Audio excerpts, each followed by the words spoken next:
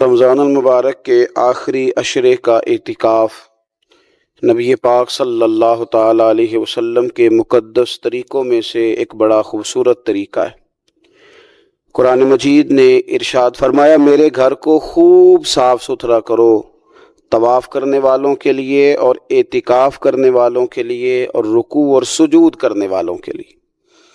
نبی پاک صلی اللہ تعالی علیہ وسلم نے ہر سال رمضان المبارک کے آخری عشرے کا اعتکاف فرمایا ہے۔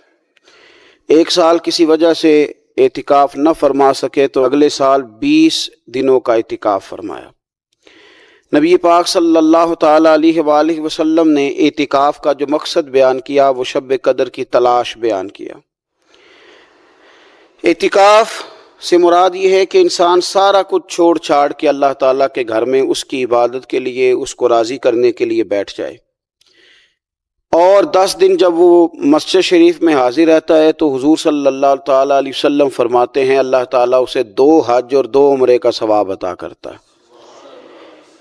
اعتکاف کے اندر کچھ باتیں بڑی ضروری ہوتی ہیں، جیسا کہ انسان کو بلا ضرورت طبی مسجد سے باہر نہیں آنا، اس کو کوئی فضول بات نہیں کرنی، اس کو کوئی ایسا کام نہیں کرنا کہ جو شریعت اسلامیہ جس سے منع کرتی ہو۔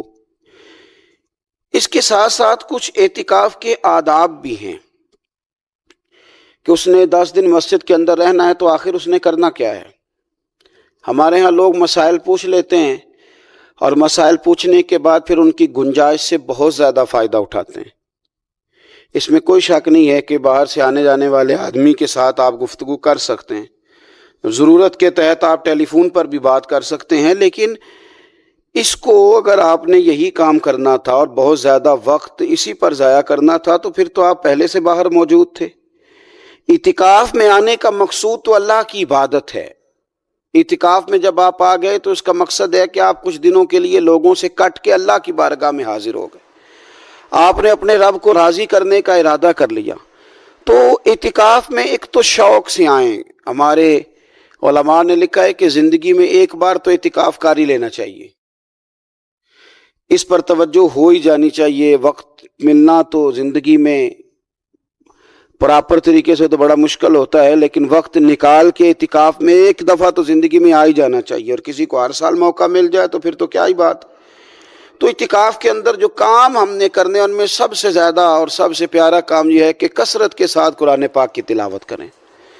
نبی پاک صلی اللہ تعالی علیہ وآلہ وسلم رمضان المبارک میں قرآن پاک کا دور فرماتے تھے حضرت جبریل امین علیہ السلام کے ساتھ، اور جس سال حضور کا وصال ظاہری ہوا اس سال حضور فرماتے ہیں 2 مرتبہ قرآن پاک کا دور کیا۔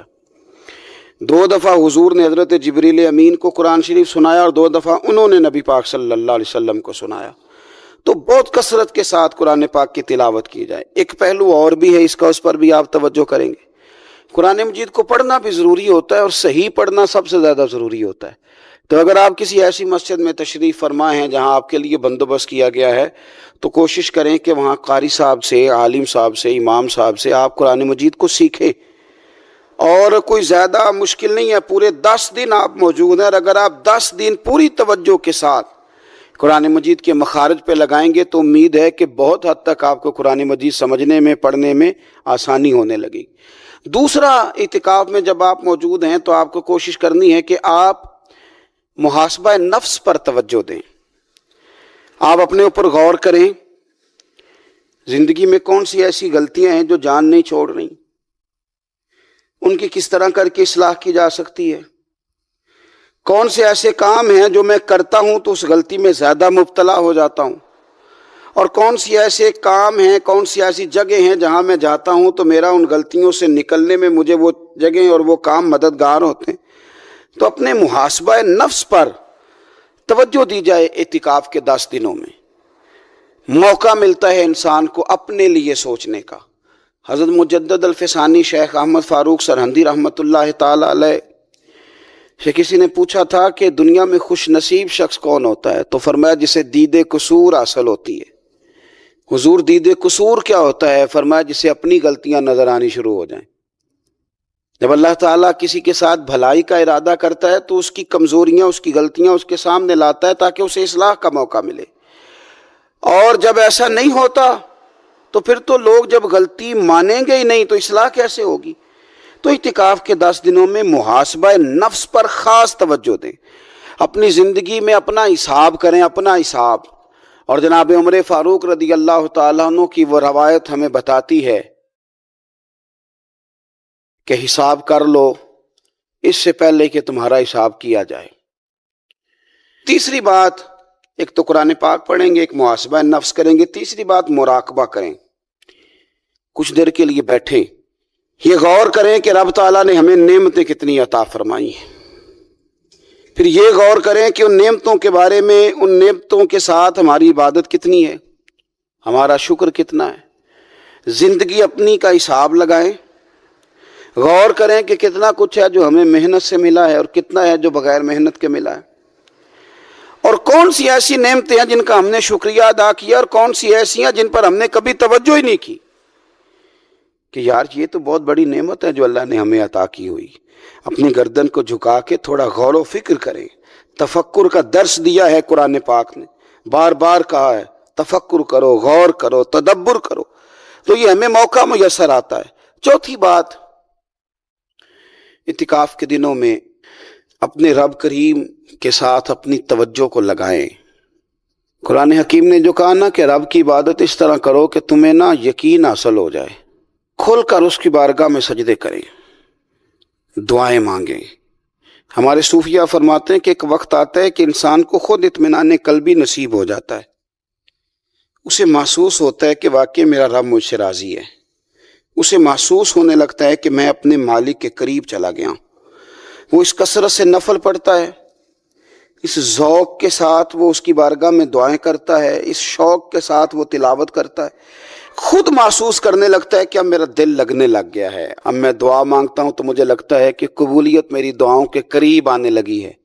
اللہ نے ہمیں یہ موقع دیا ہے کہ ہم خوب اس پر توجہ کریں۔ پانچویں بات اعتکاف والوں کی خدمت میں یہ عرض کرنی ہے کہ پورے 10 دن ہمارے پاس موجود ہوں گے اور ہم نے مسجد میں ہونا ہے، تو کیوں نہ ایسا کریں کہ از اول تا آخر، صبح سے شام تک ہم ہر وہی کام اسی طریقے سے کرنے کی کوشش کریں جو طریقہ ہمیں رسول پاک نے عطا فرمایا۔ ہمارا کھانا پینا، سونا جاگنا، بولنا حضور کی اتباع میں لے آئیں۔ ہم ان 10 دنوں میں ہم پریکٹس کریں کہ ہم نے سنت کے مطابق، حضور کے طریقے کے مطابق سارے کام کرنے۔ آپ اگر یہ ارادہ کریں گے تو پتہ ہے مدینے والے محبوب علیہ السلام نے فرمایا جس نے میری ایک سنت کو زندہ کیا گئے گزرے دور میں رب اسے 100 شہیدوں کا ثواب عطا فرمائے گا۔ تو اتنا اعزاز ہے۔ تو ان 10 دنوں میں ہونا بھی مسجد میں ہے، ہونا بھی باوضو ہے، تو کیوں نہ سارے کام سیکھا جائے، پڑھا جائے اس سے پہلے کہ کھانا کس طرح کھانا سنت ہے، اور کس طرح بیٹھ کے کھانا سنت ہے، اور پھر کس طرح کر کے گفتگو کرنا حضور علیہ السلام کا مقدس طریقہ تھا، وہ کس طرح سے پھول جھڑتے تھے جن سے لوگ فیض حاصل کرتے تھے۔ تو اعتکاف میں اپنی مصروفیات کو ان 5 کاموں میں لگائیں۔ ایک تو تلاوت قرآن حکیم کریں، دوسرا محاسبہ نفس، تیسرا مراقبہ کریں، تدبر کریں، غور کریں اپنے اوپر بھی اور اللہ تبارک و تعالیٰ کی نشانیوں پر بھی، اور چوتھا یہ کہ کوشش فرمائیں کہ ہم اپنی عبادت کو، اپنی دعا کو، اپنے استغفار کو اس طرح کا بنائیں کہ ہمیں محسوس ہو کہ قرب الہی کے جانب ہمارا سفر ہے۔ اور پانچواں، ان 10 دنوں میں سنت اور شریعت کی وہ ساری چیزیں جس کا دین ہم سے مطالبہ کرتا ہے۔ اب تو ہم بالکل دنیا سے ایک سائیڈ پہ ہو کے بیٹھے ہیں، گھر میں بھی گھر کے باہر بھی۔ اللہ نے بعد میں توفیق دی، ان کی 4 نسلیں صحابی بنی ہیں، لیکن شروع میں یہ اعلان کرنا، ان کے والد سخت ناراض ہوا کرتے تھے بعض چیزوں سے، اور پھر قبیلے سے عوام لوگوں نے تو سمجھ لیا نیکیاں بھی شاید جمہوری ہوتی ہیں، سارے کریں گے تو میں بھی کروں گا، جی فلانا کام کوئی نہیں کر رہا میں کیوں کروں۔ نیکیاں جمہوری نہیں ہوتی، ملک جمہوری ہے، نیکیاں جمہوری نہیں ہوتی، نیکی تو نیکی ہوتی ہے، کوئی کرے نہ کرے ہم نے کرنی ہے۔ تو حضرت صدیق اکبر کا یہ پہلا اعزاز، اس کو سمجھیں کہ انہوں نے دین حق کو قبول کیا، اور نبی پاک علیہ السلام نے اس بات کو بطور اعزاز کے بیان کیا ہے، بطور فضیلت کے یہ ان کی انفرادیت کے طور پر نبی پاک نے اس کو بیان کیا. حضور علیہ الصلوۃ والسلام نے ارشاد فرمایا کہ میں نے جس کے سامنے بھی دین پیش کیا ہے اس نے تردد کیا. کچھ لوگوں نے دلیل مانگی، حضور کے پاس دلیلوں کی کمی تو نہیں، سرکار تو خود سراپا دلیل ہے. یا ایھا الناس قد جاءکم برہان من ربکم، اے لوگو یہ محبوب تمہارے پاس رب کی دلیل بن کے آئے. کریم فرماتے ہیں جس کے سامنے بھی دین پیش کیا اس نے تردد کیا ہے. فرمایا یہ صرف میرے ابو بکر صدیق ہیں، میں نے دین پیش کیا ہے، لیٹ کی کوئی نہیں، فوراً ہی کلمہ پڑھ کے مسلمان ہوگا. حق کو فوراً قبول کرنا اور فوراً حق کی تصدیق کرنا اور فوراً حق کے سامنے سر کو جھکانا، یہ پہلا سبق ہے جناب صدیق اکبر کی زندگی کا. لیٹ نہ کریں، کمزور نہ بنیں، ٹوٹتی بکھرتی رائے والے نہ بنیں، کمزور ارادوں والے نہ بنیں. حق جب نصیب ہو اسے قبول کریں. دوسری بات، اسلام یہ کہتا ہے کہ جب تم کلمہ پڑھ لو نا پھر پورے کے پورے دین میں آؤ.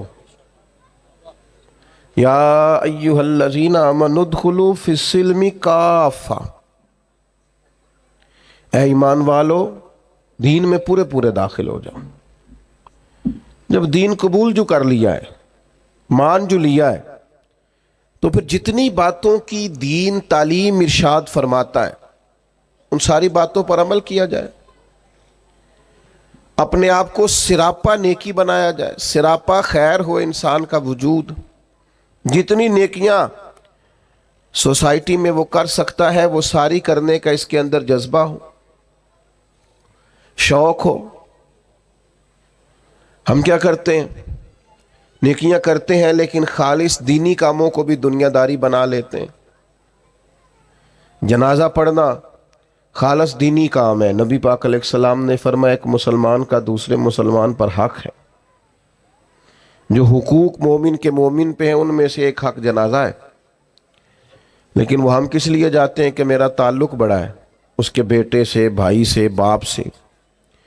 آپ اس تعلق کی بنیاد پر گئے، حالانکہ آپ کو تو کلمے کی بنیاد پر جو تعلق تھا اس بنیاد پر جانا چاہیے. ہم نے کیا کیا؟ دینی کام تھا لیکن اس کو دنیا بنا لیا. یہ ہمارا مذہبی سٹیج ہوتا ہے. ظاہر ہے آپ اتنی بڑی تعداد میں لوگ آئے ہیں، آپ کا خیال ہے کہ ایک دیندار آدمی تقریر کرنے آ رہا ہے، لیکن اگر میرے دل میں یہ خواہش ہو کہ بڑے لوگوں میں فیمس ہو جاؤں گا اور ڈھیر سارے لوگ واہ واہ کریں گے اور گھر چاہے کہیں گے کیا بات مولانا نے کیا نقطہ بیان کیا ہے، اگر یہ میرے ذہن میں باتیں آئیں گی تو میں نے دینی کام کو بھی دنیا بنا لیا ہے. ترویج شریعت کے کام کو میں نے ذاتی شہرت کا ذریعہ بنا لیا. یہ دینی کام دنیا بن جائے. دین میں پورے پورے داخل ہونے کا مطلب یہ ہے کہ آپ سراپا خیر بن جائیں. پھر آپ ہر وہ نیکی جس کو دین نیکی کہتا ہے اسے کریں اور ہر وہ چیز جس سے دین روکتا ہے اس سے رکیں. حضرت حسن بصری رضی اللہ تعالیٰ عنہ سے کسی نے کہا تقویٰ کیا ہے؟ فرمایا جہاں جانے کا رب نے حکم دیا ہے وہاں غیر حاضری نہ کرنا، اور جہاں جانے سے اس نے منع کیا ہے وہاں نظر کبھی نہ آنا. یہ متقی ہونے کی علامت. حضرت صدیق اکبر کا آپ سراپا دیکھیے. نبی پاک علیہ السلام نے صحابہ سے فرمایا یہ دیکھیں، ہو سکتا ہے معاذ اللہ کسی کے دل میں خیال ہو کہ یہ شاید کوئی معمولی چیزیں ہیں، لیکن یہ تعمیر شخصیت میں اور کردار سازی میں کلیدی حیثیت رکھتی ہیں یہ چیزیں.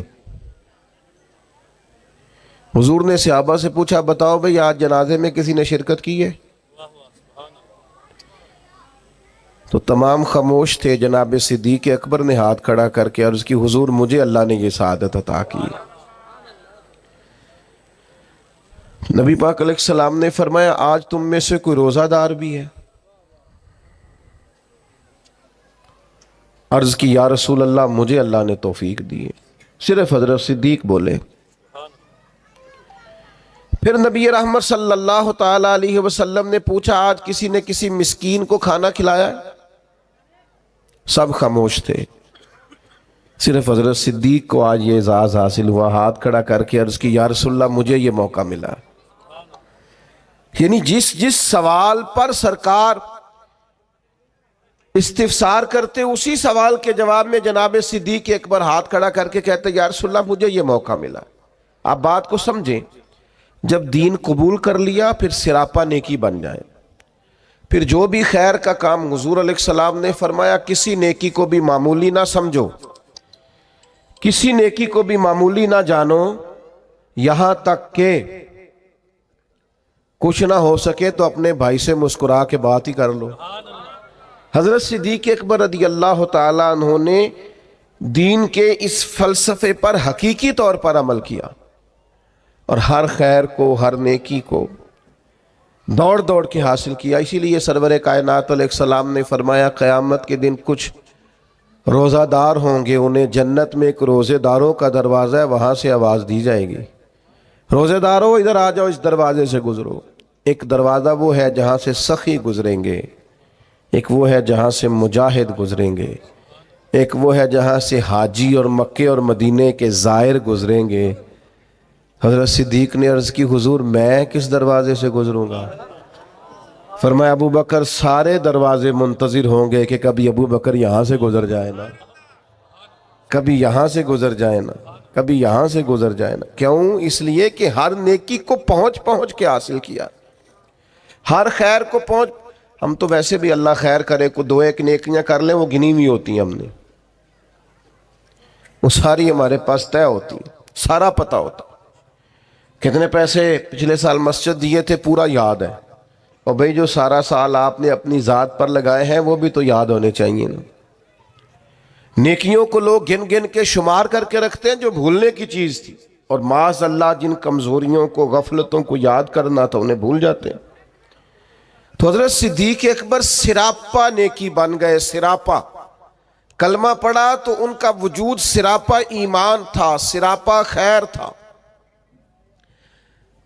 کوئی بھی ایسا کام نہ کریں اس سے محسوس ہو کہ ہم وقت ضائع کرتے ہیں، ہمیں خیر سے وابستگی نہیں ہے۔ جو نیکی ملے فاستبقوا الخیرات، نیکیوں میں آگے بڑھ جاؤ، کوشش کریں کہ جلدی جلدی اپنے لیے خیر جمع کریں۔ لمحات بکھرتے جا رہے ہیں، وقت اپنا دامن چھڑاتا جا رہا ہے، زندگی سمٹ جاتی ہے، اور ہم دیکھتے ہیں کہ جلدی جلدی سکڑ جاتی ہیں چیزیں، اور انسان کے ہاتھ کچھ بھی نہیں آتا۔ تو کوشش کی جائے ہمیشہ خیر جمع کرنے کی، بڑھ چڑھ کے نیکیاں کرنے کی۔ نبی کریم علیہ السلام نے فرمایا جنتیوں کی 360 علامتیں، کسی میں ایک بھی پایا جائے تو جنتی ہے۔ آپ کی توجہ ہے میری بات پر؟ کتنی علامتیں؟ کسی میں اللہ کا ایک دعا مانگنے لگا وہ آمین کہنا ہے۔ اللہ کرے آپ موبائل کم دیکھیں اور میری بات زیادہ سنیں، آمین تو کہہ دیں، دعا میں تو شامل ہو جاؤ یار، دعا مانگی ہے۔ ان 360 یہ ساری وہی نیکیاں ہیں جو پھیلی ہوئی ہیں، خیر کرنا، پیار کرنا، عبادت کرنا، مخلوق کی خدمت میں مشغول رہنا۔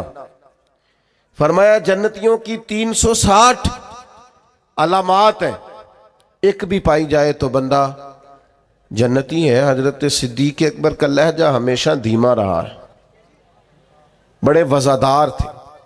فوراً عرض کی یا رسول اللہ میرے اندر بھی کو پائی جاتی ہے؟ وہ جو 360 نورانی علامات ہیں جنتیوں کی، تو کریم میرے اندر بھی کو پائی جاتی؟ نبی کریم نے فرمایا آپ کے اندر تو 360 ساری کی ساری پائی جاتی ہیں، ساری۔ انہوں نے سراپا خیر کیا، سراپا۔ ہم بھی بڑے مصروف لوگ ہیں، کوئی پوچھے جناب کی کیا پوزیشن ہے، کہتے ہیں بڑا مصروف ہوں۔ تو اگر پوچھا جائے کتنی دیر مصروف ہے تو کہتے ہیں 6 گھنٹے تو موبائل پہ مصروف ہونا۔ یہ جو راتیں ہیں نا، لمبی راتیں سردیوں کی، یہ تہجد پڑھنے کے دن تھے، اور یہ چھوٹے دن تھے سردیوں کے، یہ روزے رکھنے کے دن تھے۔ لیکن اس کے لیے جو عشاء کے بعد سو جائے، یعنی اگر 7 بجے عشاء پڑھی اور 6:15 فجر پڑھی تو اتنی لمبی رات بنتی ہے 10-11 گھنٹے کی، اور ڈاکٹر کہتے ہیں بڑا بھی زیادہ سوئیں تو 8 گھنٹے کافی ہے، تو 3 گھنٹے تو رات پھر بچ جاتی۔ یہ وقت تھا سحری میں اٹھنے کا، لیکن اس کے لیے جو عشاء کے بعد موبائل کی جان چھوڑے تاکہ سحری میں اٹھ سکوں، جب سوئے گا نہیں تو اٹھے گا کیسے؟ ہم اگر مزاج رکھتے ہو نا خیر کا تو اللہ تعالیٰ وقت میں بھی برکت پیدا کر دیتا ہے. کہ جو ہمارے بزرگ اتنی اتنی بڑی ضخیم کتابیں لکھ گئے، کتنی کتنی جلدیں ہیں ان کے وقت میں برکت تھی، وقت کو مینج کرتے تھے. لیکن خوش گپیاں ہماری سیریں، ہمارا آنا جانا، ہمارا موبائل کو وقت دینا، اس نے ہمیں بڑا الجھا دیا ہے. حضرت عمر فاروق رضی اللہ تعالیٰ عنہ بیان فرماتے ہیں، کہتے ایک نابینا بیوہ اور بے اولاد خاتون تھی مدینہ منورہ میں، تو میں اس کے گھر کا کام کاج کر دیا کرتا تھا. وہ ایک دن میں گیا تو میرے سے پہلے ہی کوئی بوڑھی اماں کے گھر کا کام کر گیا. آپ غور کیجئے گا، یہ مختلف انداز میں روایت مختلف جگہوں پہ ہے. صاحب کنز المال نے اس طرح لکھی ہے جس طرح میں بیان کر رہا ہوں. کوئی مجھ سے پہلے سارے کام کر گیا. بھلا کام کیا تھے؟ گھر میں جھاڑو دینا تھا، برتن مانجنے تھے، پانی بھر کے لانا تھا. کوئی مجھ سے پہلے کر گیا.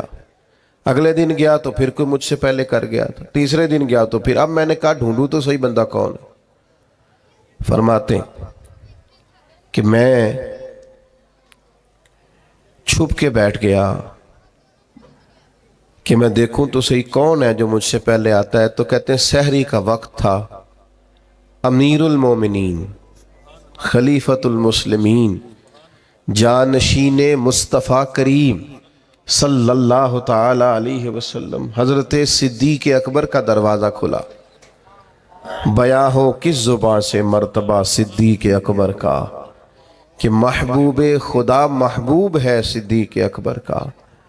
حضرت ابو بکر صدیق رضی اللہ تعالیٰ عنہ کا دروازہ کھلا. امیر المومنین ہے، عالمی سطح کے کام کرتے، ایک بہت بڑی اسٹیٹ کے سربراہ ہیں، ایک اتنی بڑی اسلامی سلطنت کو لیڈ کرتے ہیں، لیکن اتنے بڑے ہونے کے باوجود یہ ذوق بھی برقرار ہے کہ کسی کے گھر میں جھاڑو دے سکتے ہیں تو دے دیا جائے. کسی شخص کے گھر میں اگر برتن کسی بوڑھی کے مانجنے پڑے تو کر دیا جائے. تو فرماتے وہ میں نے دیکھا تو حضرت صدیق اکبر تھے، سراپا خیر تھا ان کا وجود، سراپا خدمت تھا. ساری زندگی گزر گئی مذہب پہ بحث کرتے لوگوں کی، اس پر بھی بحث کر لو، اس پر بھی بحث کر لو، اس موضوع پر عمل کب کرنا ہے؟ ساری زندگی اب بحث ہوتی رہیں گی، ساری زندگی صرف یہی مزاج ہوگا کہ دین کا کوئی موضوع ملے چلے علماء کریں گے حقاق کے حق کے لیے کبھی بات کرنی ہوئی، لیکن عوام کے اندر جو اتنی بحث ہوتی، عمل کب کرنا ہے؟ ساری زندگی صرف ابحاث ہوں گی. بھائیو سنو، حضرت صدیق اکبر نے اپنے آپ کو سراپا خیر بنا لیا. اور تیسری بات جو آپ کی خدمت میں عرض کرنی ہے وہ یہ ہے کہ حضرت صدیق اکبر کے مزاج میں ڈٹنا تھا، ڈٹ جاتے تھے. اس دور کا سب سے بڑا المیہ یہ ہے کہ ہمارے ہاں استقامت نہیں ہے. کچھ دیر کے لیے لوگ کوئی کام کرتے ہیں پھر چھوڑ دیتے ہیں. ایک نوجوان مجھ سے کہنے لگا میں بڑے ہی کام کیے ہیں، کسی کام میں بھی کامیاب نہیں ہوا. میں نے کہا بس اسی لیے نہیں ہوئے. بڑے نہ کریں آپ کوئی ایک کریں، اس کو صحیح کر کے کریں، استقامت کے ساتھ کریں، روز کریں، پابندی سے کریں، اس پر محنت کریں، جد و جہد کریں. پتھر پہ پانی پڑے متصل تو بے شبہ کھس جائے پتھر کی سیل. ایک قطرہ قطرہ پانی مستقل پتھر پر گرے تو اس میں بھی سوراخ بن جاتا. تو آپ محنت کریں گے تو اللہ تبارک و تعالی اپنے فضل سے نتائج عطا فرمائے گا. لیکن اگر محنت ہی نہیں کر رہے، حضرت صدیق اکبر کی طبیعت میں ڈٹنا تھا. انہوں نے کلمہ پڑھا، پھر بڑی آندیاں چلیں، بڑے طوفان آئے، بڑا ٹکراؤ پیدا ہوا، بڑے حالات خراب ہوئے، لیکن حضرت صدیق اکبر ڈٹے رہے. حضرت صدیق اکبر نے نبی پاک کا ادب کیا صلی اللہ تعالی علیہ وسلم، تو جناب صدیق نے ڈٹ کے کیا. دنیا میں ایک فلسفہ بیان کیا جاتا ہے کہ جو زیادہ قریب رہتا ہے وہ ادب چھوڑ جاتا ہے، اور یہ بات غلط نہیں ہے، ایسا ہوتا ہے. جن لوگوں جو زیادہ قریب رہتے ہیں، جو زیادہ جن کو قربت ملتی ہے، کوئی چیز جن کو آسانی سے میسر آ جاتی ہے، وہ اس کی قدر نہیں کرتے. ہوتا ہے کہ زیادہ قریب میں رہنے والے لوگ اکثر قدر کر چھوڑ دیتے ہیں. لیکن حضرت صدیق اکبر کا کمال ہے، انہوں نے دنیا کا یہ فلسفہ ہی غلط کر دیا ہے. انہوں نے کہا قریب بھی سب سے زیادہ میں رہا ہوں اور احترام بھی سب سے زیادہ میں نے کر کے دکھایا. قرب بھی سب سے زیادہ، ادب بھی. سب کوئی باہر سے آتا تھا تو حضرت صدیق اکبر اسے کونے میں لے جاتے تھے، پہلے نبی پاک کا ادب سکھاتے. کہتے یہ بڑی نازک بارگاہ، ادب گاہ ہیست زیر آسماں از عرش نازک تر، نفس گم کردمی آیت جنید و با یزیدی جا. کونے میں لے جاتے اور حضور کا ادب سکھاتے. استقامت کے ساتھ خدمت کی، استقامت کے ساتھ دین پر ڈٹے رہے. اور جب نبی پاک صلی اللہ تعالی علیہ وسلم کا وصال ظاہری ہوا تو امت پر بڑا کٹھن وقت تھا. کچھ قبائل نے انکار کر دیا معاذ اللہ زکوٰۃ دینے سے، ارتداد کی طرف بڑھنے لگے. ایک لشکر سرکار نے روانہ کیا تھا. بعض لوگوں کی رائے ہوئی کہ اس لشکر کو ابھی نہ بھیجا جائے. اس وقت جو ڈٹ کر میدان میں کردار ادا کیا ہے وہ سیدنا صدیق اکبر نے کیا. میری ایک رائے ہے، میں اکثر کہتا ہوں دوستوں سے کہ یہ جو کامیاب ترین حکومت کی ہے نا حضرت عمر نے، مضبوط ترین خلافت کی ہے، اور بڑا ڈٹ کے انہوں نے کارہائے نمایاں سر انجام دیے، تو اس کے پیچھے بھی کردار سیدنا صدیق اکبر کا ہے. انہوں نے فتنوں کا سر کچل کے، اٹھنے والے ہر فتنے کا سر کچل کے ایک مضبوط بنیاد بنا کے سیدنا عمر کو دی تھی. اس کا نتیجہ یہ نکلا کہ حضرت عمر کے لیے کام کرنا آسان ہو گیا، مشکلات ان کے لیے نہیں رہیں. اور بھائی جان آپ کو اللہ لمبی زندگی، برکت، عزت، صحت والی دے، بیٹھ جائیں آپ. کتنے آپ پیارے لوگ ہیں. اب تو تقریر ختم ہونے لگی. بس میں اللہ تعالیٰ آپ کو سلامت رکھے. میری کچھ طبیعت بھی ٹھیک نہیں ہے اور سفر بھی لمبا کیا ہے، بات بھی میری مکمل ہو گئی اب ماشاءاللہ. لیکن ہمارے بھائی نے بھی بڑا زور لگایا. تو باقی ہمارے جو نعت شریف پڑھنے والے انہوں نے بھی آپ سے عرض کی کہ آپ بیٹھ جائیں، لیکن میں محسوس کرتا ہوں آپ میں کافی استقامت ہے. آپ نے بھی جو کہہ لیا ڈٹ گئے. اللہ تعالیٰ سب کو جزائے خیر دے، ہم سب کے حال پہ رحم فرمائے. اب 2-4 منٹ دے تاکہ بات مکمل ہو سکے. حضرت سیدنا صدیق اکبر رضی اللہ تعالی عنہ نے جو استقامت دکھائی، استقامت، فوراً لوگ ہتھیار ڈال دیتے ہیں. دین کے معاملے میں ڈٹنا سیکھیں. سارے بچے مخالف ہو بھی گئے ہیں تو کوئی حرج نہیں، آپ کھڑے تو ہوں. برادری ساری اگر مخالف ہو بھی گئی ہے تو کوئی مسئلہ نہیں، دین کے لیے ڈٹے تو صحیح، آپ سٹینڈ تو لیں. اگر آپ ڈٹیں گے تو اللہ مدد کرے گا. حضرت عمر رضی اللہ تعالیٰ عنہ نے آن کر کے حضرت صدیق اکبر سے یہ عرض کیا تھا کہ حضور ابھی حالات اور ہیں، آپ کم از کم یہ لشکر ہی نہ بھیجیں. مانعین زکوٰۃ معاذ اللہ منکرین، ان کے خلاف لڑنا ہے. حالات اس طرح کے نہیں ہیں، ذرا بہتری ہو جائے گی. تو حضرت ابوبکر صدیق جو اپنے مزاج کے لحاظ سے نرم خو تھے، انہوں نے حضرت عمر سے کہا تمہیں تمہاری ماں روئے، تم مجھے یہ مشورہ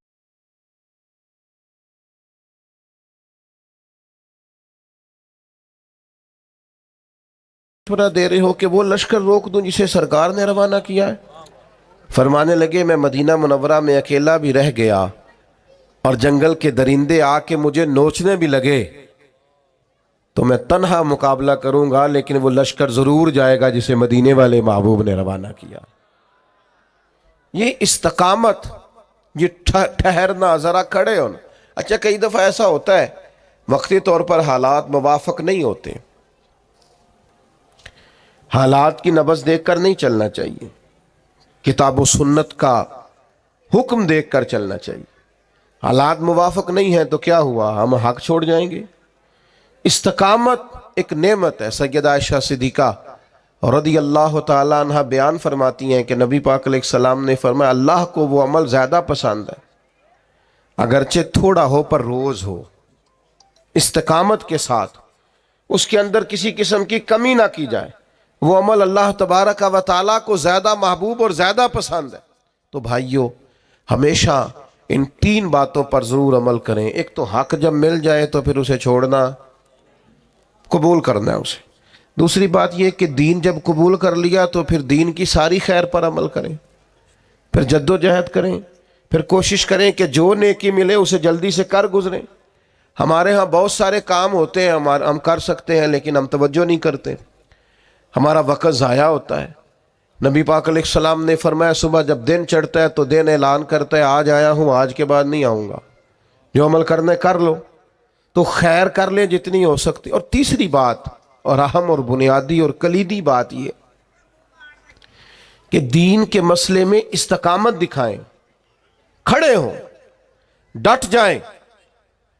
آپ حق پر کھڑے ہوں گے تو اللہ مدد فرمائے گا۔ ذرا سی بات ہوتی ہے نا شادی کے موقع پر کہ میں بھائی یہ بینڈ باجا، یہ عورتوں کی مووی، یہ تماشا میں نہیں کرنے دوں گا، اتنی سی جرت بھی لوگ نہیں کرتے، اپنے گھر میں نہیں کر سکتے۔ وہ جو سب کو دین نافذ کرنے کی بات کر رہے ہوتے ہیں وہ اپنے گھر کے اندر اتنا نفاذ نہیں کرا سکتے۔ ویسے کوئی دوست ملنے آئے تو ڈرائنگ روم میں آئے گا، مووی والے کو اجازت ہے، وہ سب بیویوں کے بیچ گھوم رہا ہے، معاذ اللہ۔